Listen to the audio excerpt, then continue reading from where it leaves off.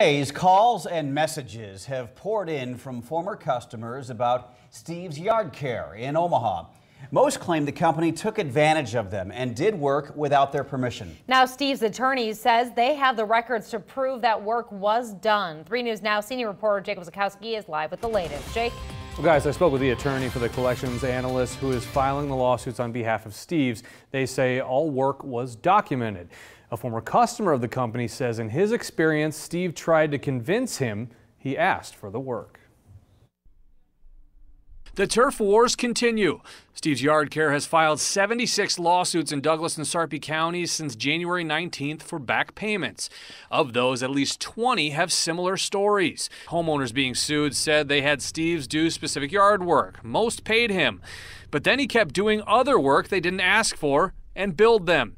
The attorney who filed the suits says the high number is because they didn't file any from 2014 to the middle of 2017.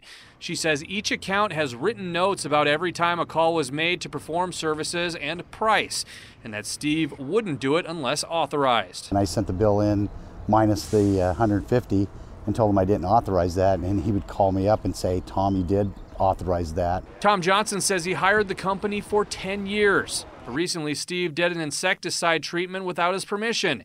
He says he eventually paid the $150 bill, but Steve called months later to convince Tom he had asked for the service. It's like, why are you trying to prove, like he's trying to prove a point, like I did authorize that, and I know I didn't. Again, like I said, I did my own insecticide treatment on my lawn, so there was no reason for me to pay for it. The collections analyst says any correspondence between the customer and Steve's was saved, including any dispute of the records. With this guy, with the way he's selling, all he's doing is just ripping everybody off. Daniel Buck says in 2014 his wife called Steve's for an estimate.